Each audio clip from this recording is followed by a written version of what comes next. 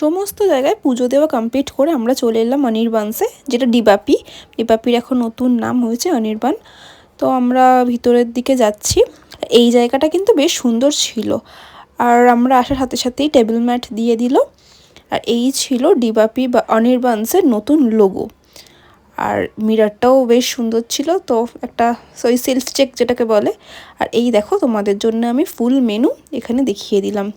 আর আমি এসছি মিরর দেখবো, মিরর সেলফি হবে, সেটা আবার হয় নাকি। আর এই ছিল মকটেল কাউন্টার। ডেকোরেশন বেশ সুন্দর ছিল। তো ফার্স্টেই চলে এলো চিকেন 65, যেটা খেতে অসাধারণ ছিল। এরপর তো ফিশ ফ্রাই নিতেই হবে, ফিশ ফ্রাই ম্যান্ডেটারি। তার সাথে যেই ডিপটা দিয়েছিল, ডিপটাও বেশ সুন্দর। দেখো, আমি দাদা বৌদি না ডিবাপি কোনটা বেস্ট সেই বিতর্কে যাব না।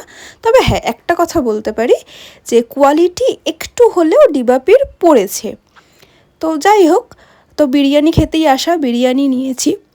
আর হ্যাঁ, এই বিরিয়ানি জায়গাটাতে একটু ডিসঅ্যাপয়েন্টেড হয়েছি। একটু ফ্লেভারটা মনে হয়েছে আমার কোয়ালিটি পড়েছে আর কি।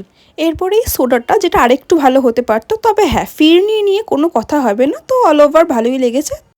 তো তোমাদের কাছে কোনটা বেস্ট, ডিবাপি না দাদা বৌদি?